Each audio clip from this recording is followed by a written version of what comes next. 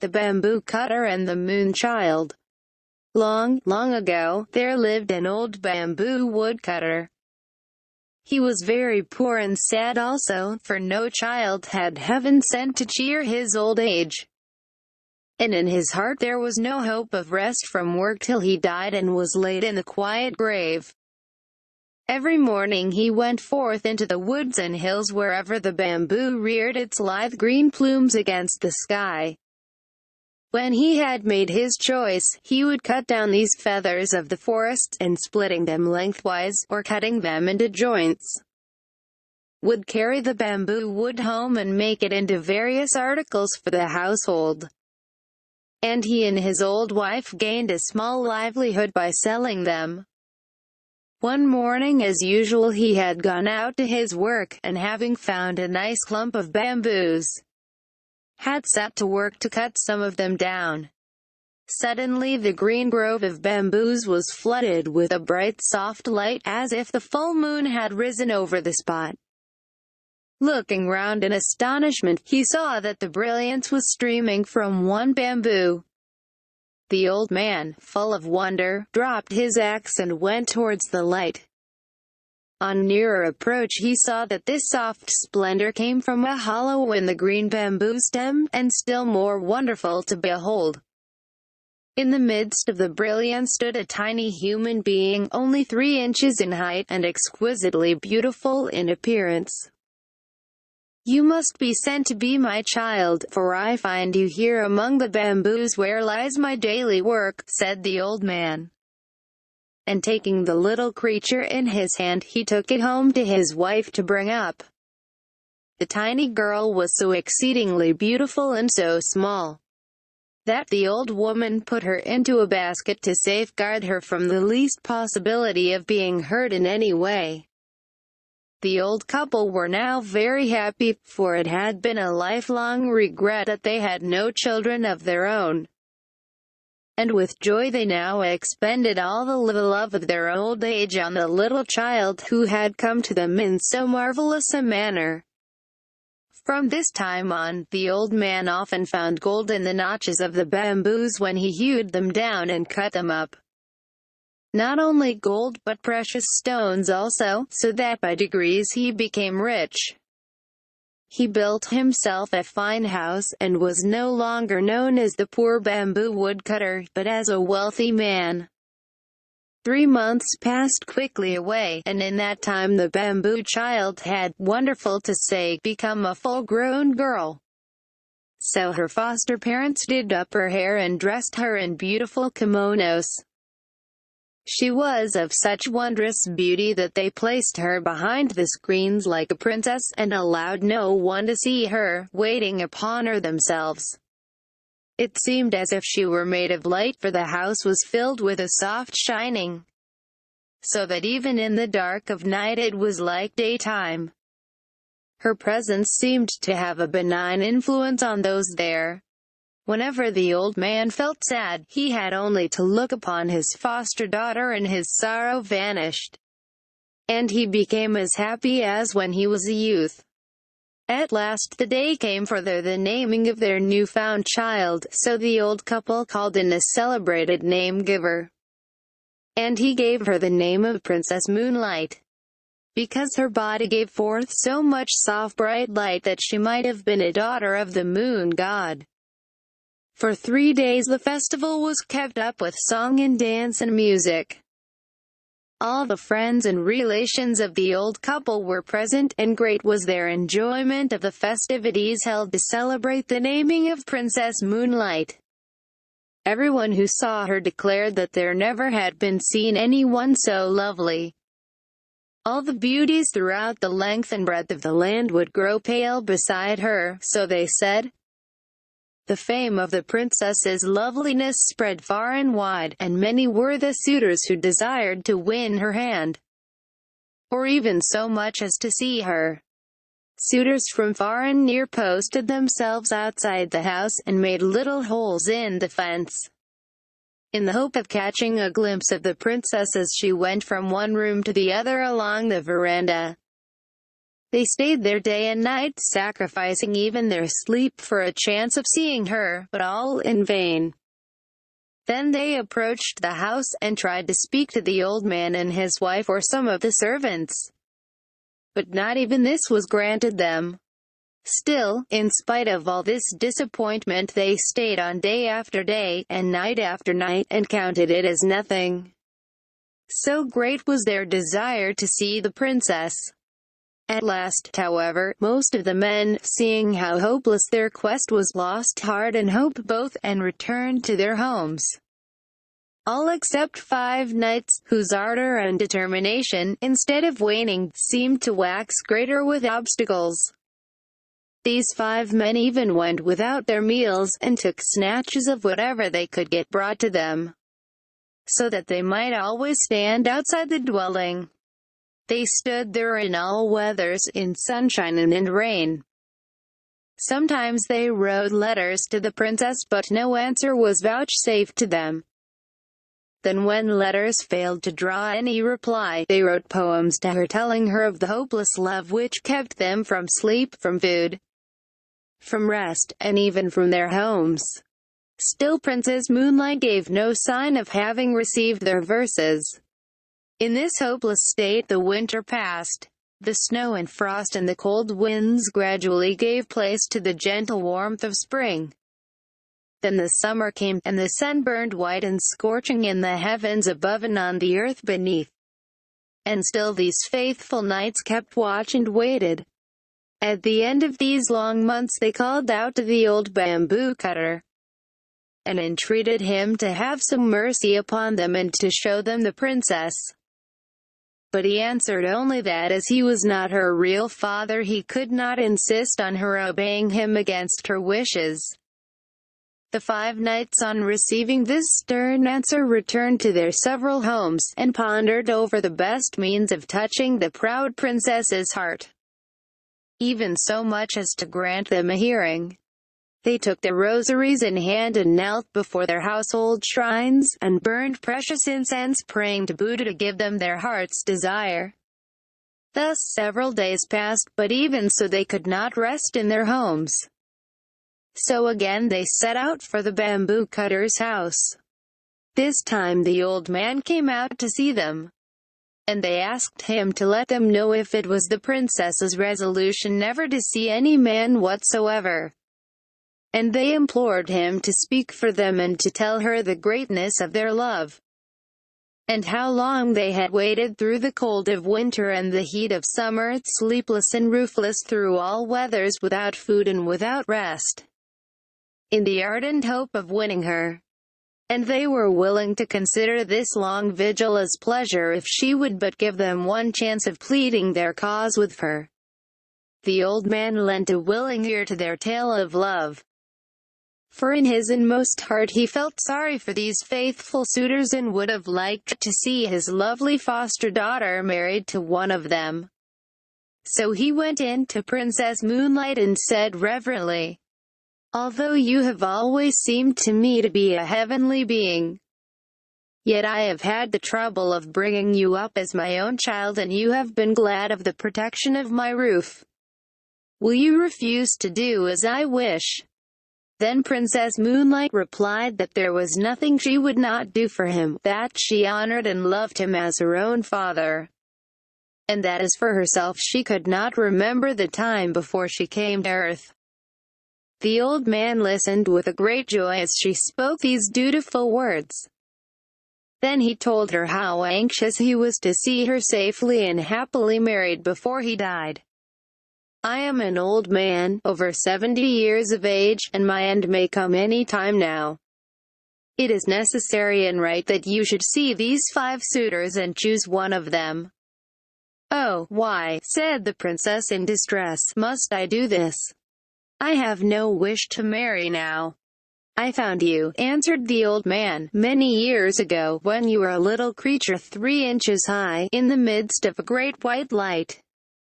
The light streamed from the bamboo in which you were hid and led me to you. So I have always thought that you were more than mortal woman. While I am alive, it is right for you to remain as you are if you wish to do so. But someday I shall cease to be, and who will take care of you then? Therefore I pray you to meet these 5 brave men one at a time and make up your mind to marry one of them." Then the princess answered that she felt sure that she was not as beautiful as perhaps report made her out to be, and that even if she consented to marry any one of them, not really knowing her before, his heart might change afterwards. So as she did not feel sure of them, even though her father told her they were worthy knights, she did not feel it wise to see them. "All you say is very reasonable," said the old man, "but what kind of men will you consent to see? I do not call these 5 men who have waited on you for months light-hearted. They have stood outside this house through the winter and the summer, often denying themselves food and sleep so that they may win you. What more can you demand?" Then Princess Moonlight said she must make further trial of their love before she would grant their request to interview her. The 5 warriors were to prove their love by each bringing her from distant countries something that she desired to possess. That same evening the suitors arrived and began to play their flutes in turn, and to sing their self-composed songs telling of their great and tireless love.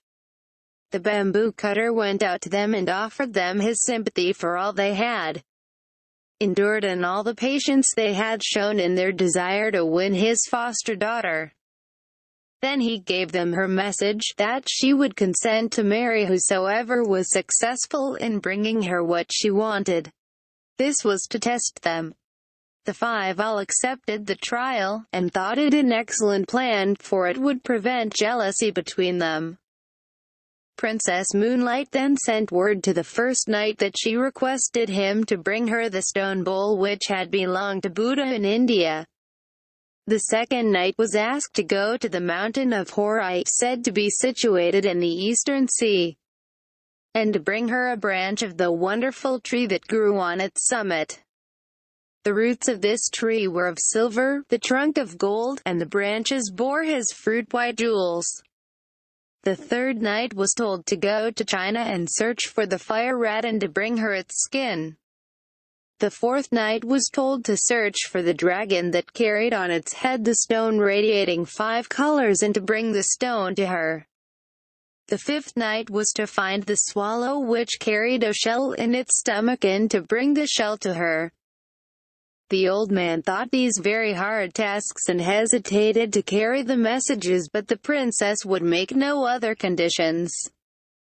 So her commands were issued word for word to the 5 men who, when they heard what was required of them, were all disheartened and disgusted at what seemed to them the impossibility of the tasks given them, and returned to their own homes in despair.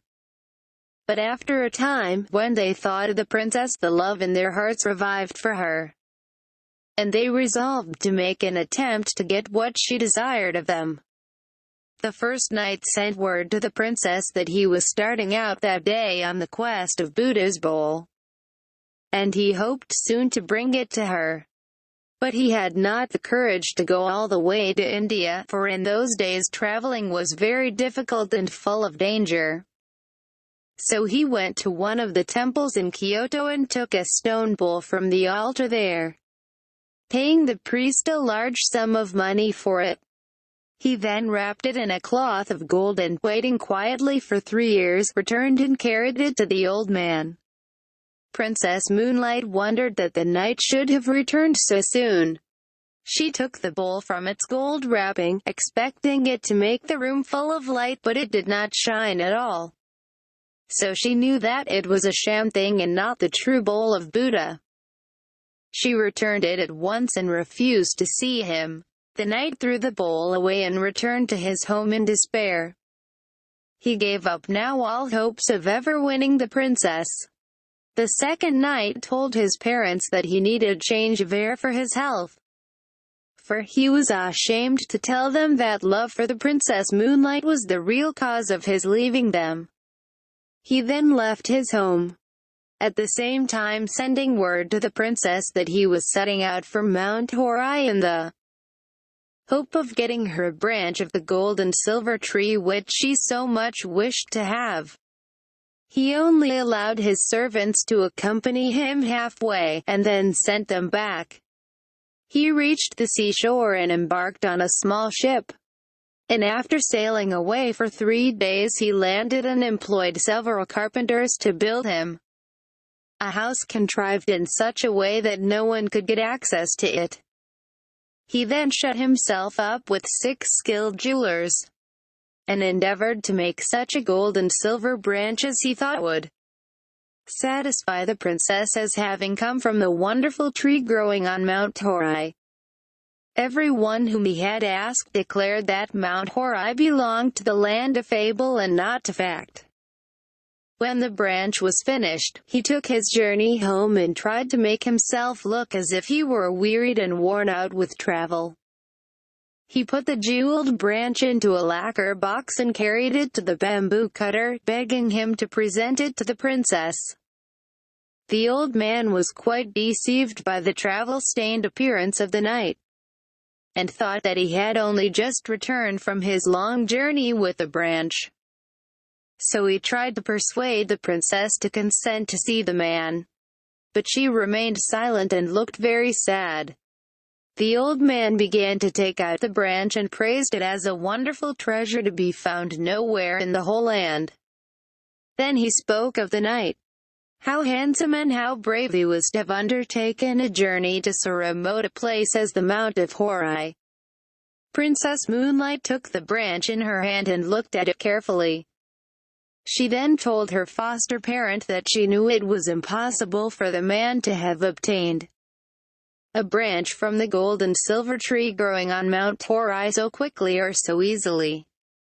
And she was sorry to say she believed it artificial.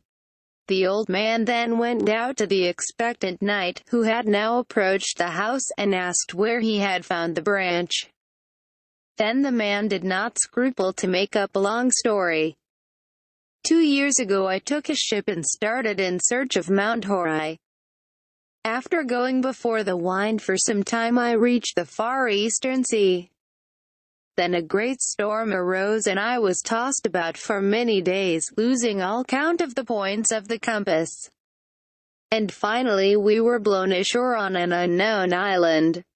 Here I found the place inhabited by demons who at one time threatened to kill and eat me.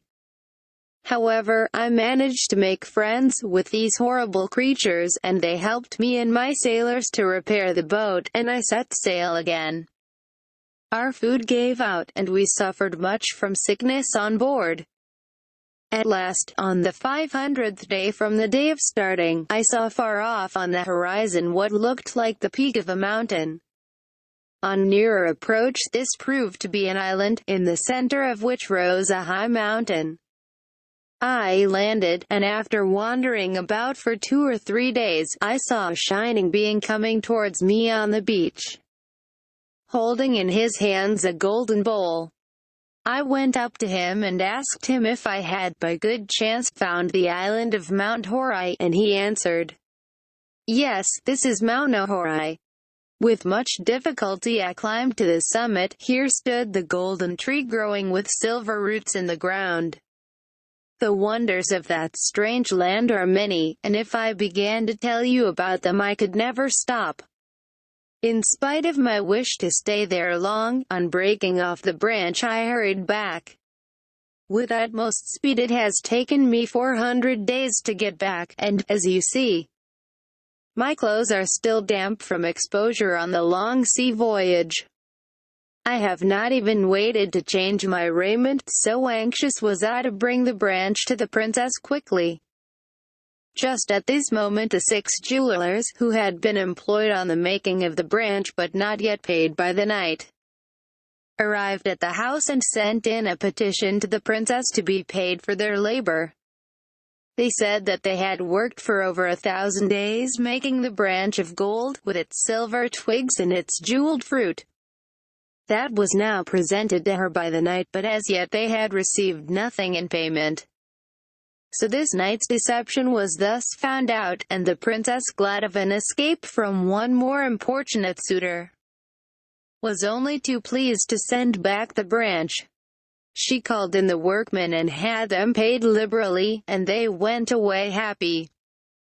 But on the way home they were overtaken by the disappointed man, who beat them till they were nearly dead, for letting out the secret. And they barely escaped with their lives. The knight then returned home, raging in his heart. And in despair of ever winning the princess, gave up society and retired to a solitary life among the mountains. Now the third knight had a friend in China, so he wrote to him to get the skin of the fire rat. The virtue of any part of this animal was that no fire could harm it. He promised his friend any amount of money he liked to ask if only he could get him the desired article. As soon as the news came that the ship on which his friend had sailed home had come into port, he rode 7 days on horseback to meet him. He handed his friend a large sum of money, and received the fire rat's skin. When he reached home he put it carefully in a box and sent it in to the princess while he waited outside for her answer. The bamboo cutter took the box from the knight and, as usual, carried it in to her and tried to coax her to see the knight at once, but Princess Moonlight refused, saying that she must first put the skin to test by putting it into the fire. If it were the real thing it would not burn. So she took off the crepe wrapper and opened the box, and then threw the skin into the fire. The skin crackled and burned up at once, and the princess knew that this man also had not fulfilled his word. So the third knight failed also. Now the fourth knight was no more enterprising than the rest. Instead of starting out on the quest of the dragon bearing on its head the 5-color radiating jewel, he called all his servants together and gave them the order to seek for it far and wide in Japan and in China. And he strictly forbade any of them to return till they had found it. His numerous retainers and servants started out in different directions with no intention, however, of obeying what they considered an impossible order. They simply took a holiday, went to pleasant country places together, and grumbled at their master's unreasonableness.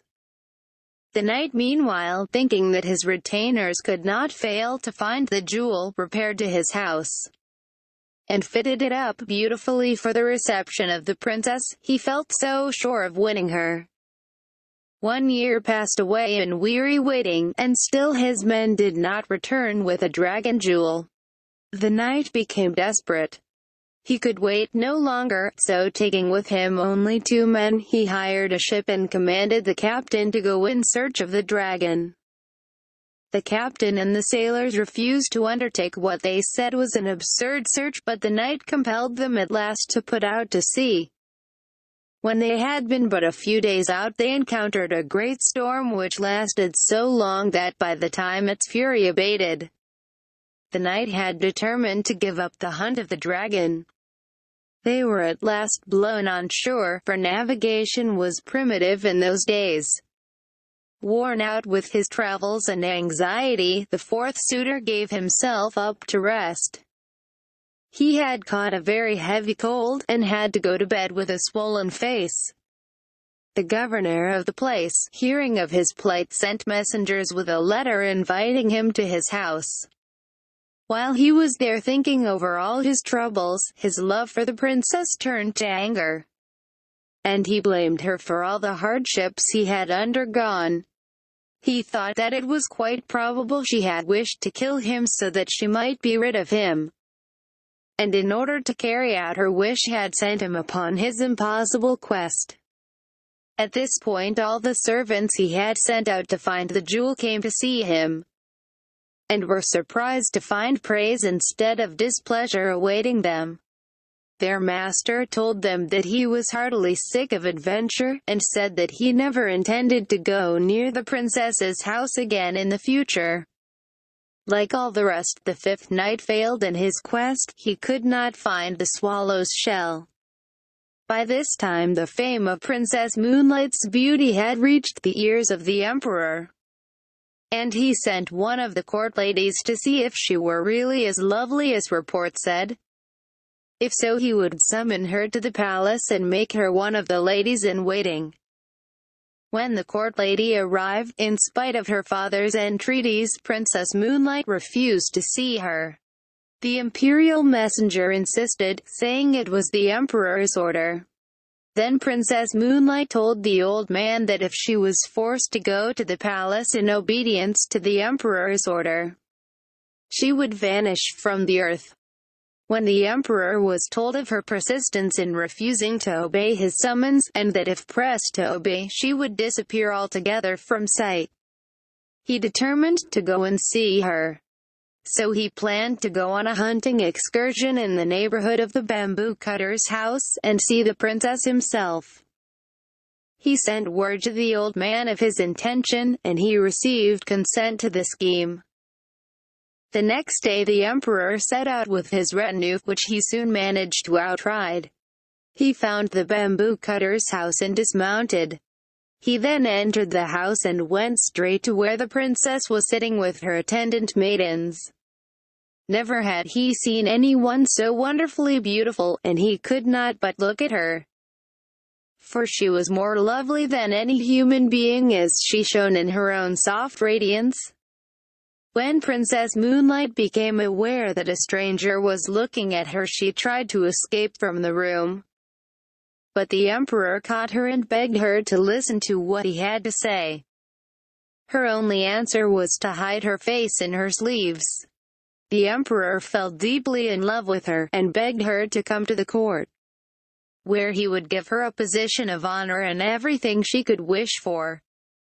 He was about to send for one of the imperial palanquins to take her back with him at once, saying that her grace and beauty should adorn a court and not be hidden in a bamboo cutter's cottage. But the princess stopped him. She said that if she were forced to go to the palace, she would turn at once into a shadow. And even as she spoke, she began to lose her form. Her figure faded from his sight while he looked. The emperor then promised to leave her free if only she would resume her former shape, which she did. It was now time for him to return, for his retinue would be wondering what had happened to their royal master when they missed him for so long. So he bade her goodbye, and left the house with a sad heart.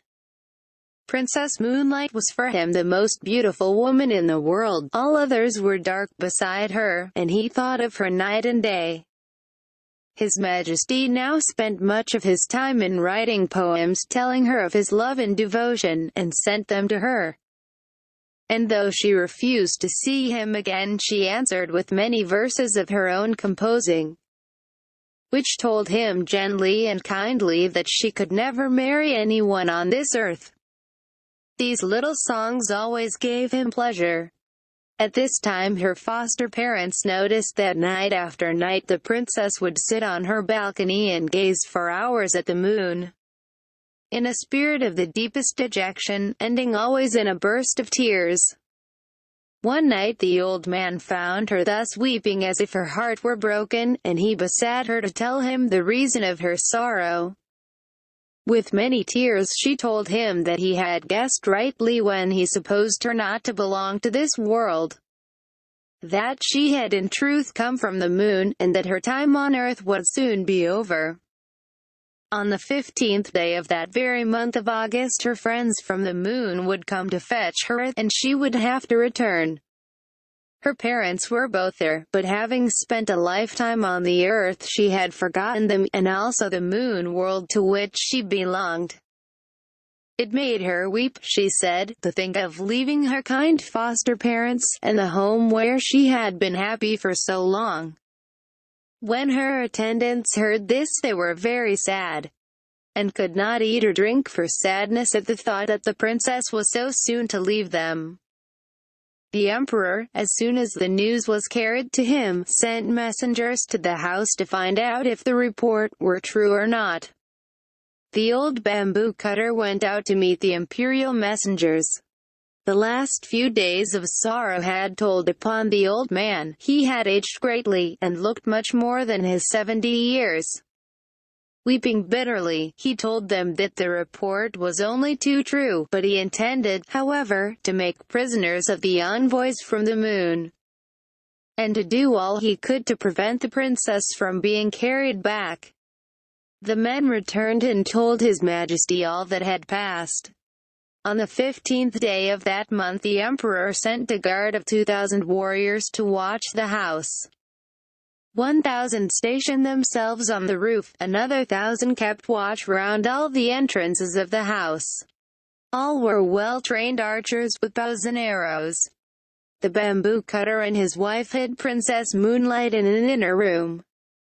The old man gave orders that no one was to sleep that night. All in the house were to keep a strict watch and be ready to protect the princess. With these precautions, and the help of the emperor's men-at-arms, he hoped to withstand the moon messengers. But the princess told him that all these measures to keep her would be useless, and that when her people came for her nothing whatever could prevent them from carrying out their purpose. Even the emperor's men would be powerless. Then she added with tears that she was very, very sorry to leave him and his wife, whom she had learned to love as her parents. That if she could do as she liked, she would stay with them in their old age, and try to make some return for all the love and kindness they had showered upon her during all her earthly life. The night wore on. The yellow harvest moon rose high in the heavens, flooding the world asleep with her golden light. Silence reigned over the pine and the bamboo forests, and on the roof where the 1,000 men-at-arms waited. Then the night grew grey towards the dawn, and all hoped that the danger was over, that Princess Moonlight would not have to leave them after all. Then suddenly the watchers saw a cloud form round the moon, and while they looked this cloud began to roll earthwards. Nearer and nearer it came, and every one saw with dismay that its course lay towards the house. In a short time the sky was entirely obscured, till at last the cloud lay over the dwelling only 10 feet off the ground. In the midst of the cloud there stood a flying chariot, and in the chariot a band of luminous beings. One amongst them, who looked like a king and appeared to be the chief, stepped out of the chariot, and, poised in air, called to the old man to come out. "The time has come," he said, "for Princess Moonlight to return to the moon from whence she came. She committed a grave fault, and as a punishment was sent to live down here for a time. We know what good care you have taken of the princess, and we have rewarded you for this and have sent you wealth and prosperity. We put the gold in the bamboos for you to find. I have brought up this princess for 20 years, and never once has she done a wrong thing. Therefore the lady you are seeking cannot be this one," said the old man. "I pray you to look elsewhere." Then the messenger called aloud, saying, "Princess Moonlight, come out from this lowly dwelling. Rest not here another moment." At these words the screens of the princess's room slid open of their own accord, revealing the princess shining in her own radiance, bright and wonderful and full of beauty. The messenger led her forth and placed her in the chariot. She looked back, and saw with pity the deep sorrow of the old man. She spoke to him many comforting words, and told him that it was not her will to leave him, and that he must always think of her when looking at the moon. The bamboo cutter implored to be allowed to accompany her, but this was not allowed. The princess took off her embroidered outer garment and gave it to him as a keepsake. One of the moon beings in the chariot held a wonderful coat of wings. Another had a phial full of the elixir of life, which was given the princess to drink. She swallowed a little and was about to give the rest to the old man, but she was prevented from doing so. The robe of wings was about to be put upon her shoulders, but she said, "Wait a little. I must not forget my good friend the emperor. I must write him once more to say goodbye while still in this human form." In spite of the impatience of the messengers and charioteers, she kept them waiting while she wrote. She placed the phial of the elixir of life with the letter, and giving them to the old man, she asked him to deliver them to the emperor. Then the chariot began to roll heavenwards towards the moon, and as they all gazed with tearful eyes at the receding princess, the dawn broke. And in the rosy light of day the moon chariot and all in it were lost amongst the fleecy clouds that were now wafted across the sky on the wings of the morning wind. Princess Moonlight's letter was carried to the palace. His Majesty was afraid to touch the elixir of life, so he sent it with the letter to the top of the most sacred mountain in the land, Mount Fuji, and there the royal emissaries burnt it on the summit at sunrise. So to this day people say there is smoke to be seen rising from the top of Mount Fuji to the clouds.